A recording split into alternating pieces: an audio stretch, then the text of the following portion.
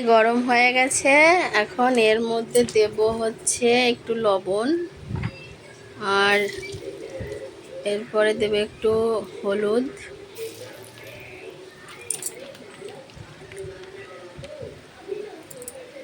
আলুটা ভাজা করে নেব চিকেনের জন্যে। আলু দিয়ে দিলাম,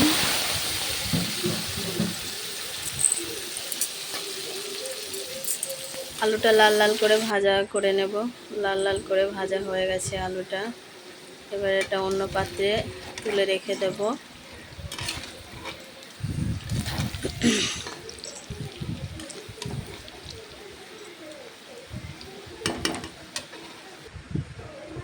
এবার ওই তেলে শুকনো লঙ্কা, এরপর দেব তেজপাতা, এরপর দেব গোটা জিরে দেব। গোটা জিরেটা কোথায়?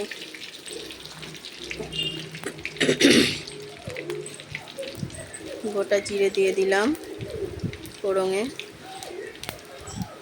এবার হচ্ছে আদা, রসুন, লঙ্কা আর হচ্ছে টমেটো এক জায়গায় পেস্ট করে রেখে দিয়েছি। তেলটা গরম হলে আর লঙ্কা, তেজপাতা, জিরে,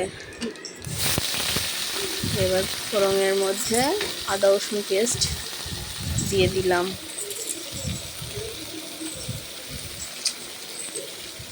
এবার একটু ভালো করে নেড়ে দেব।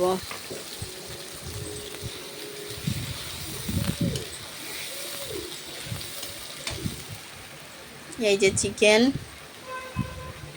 রান্না হবে আজকে আমাদের বাড়িতে 3টে লোক, তো আমি, আমার বর আর আমার মেয়ে।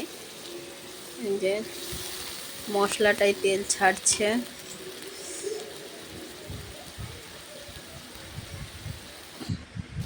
এর মধ্যে আছে হলুদ, জিরের গুঁড়ো, ধনিয়া গুঁড়ো, আর হচ্ছে মাংসের মশলা, মানে চিকেন মশলা নয়, মটন মশলা ছিল, ওটা দিয়েছি, লবণ দিয়েছি, আর গরম মশলার গুঁড়ো দিয়ে আবার এটাকে নেড়ে চেড়ে ভালো করে মশলাটাকে কষিয়ে নেব।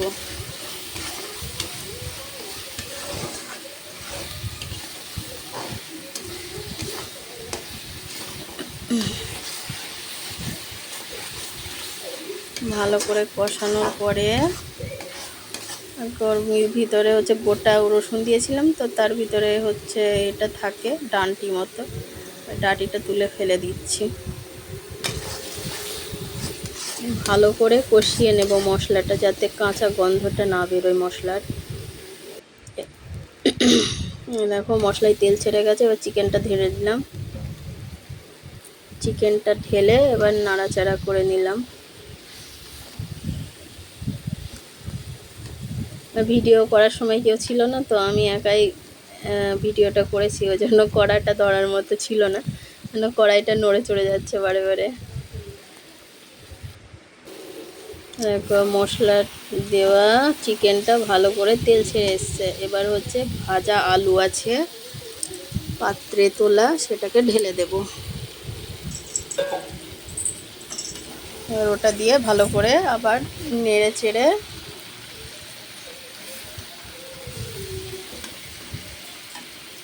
এটা ঢাকা দেওয়া হয়েছিল, যেহেতু ফোন ধরার মতো কেউ ছিল না। ঢাকাটা হচ্ছে দেওয়ার সময় ভিডিওটা করা হয়নি, ওটা বন্ধ ছিল। এবার জল ঢেলে দিলাম কষানোর পরে, নেড়ে চেড়ে এবার হচ্ছে ঢাকাটা দেব। এবার ঢাকাটা দিয়েছি, সেটা এবার তোমরা দেখতে পাবে।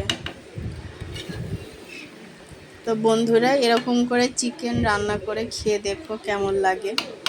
আমি যেরকমভাবে রান্না করি সেটা আমি তোমাদের সেই পদ্ধতিতে দেখালাম। আবারও একটু নেড়ে চেড়ে ঢাকা দেবো। এবার কড়াইটা ঠিক করে নিয়ে ঢাকা দিচ্ছি। এই দেখো ঢাকা দিয়ে দিলাম। এই দেখো অনেক 10 মিনিট পরে কড়াই থেকে ঢাকা তুলে দেখলাম যে চিকেনটা ফুটছে এখন।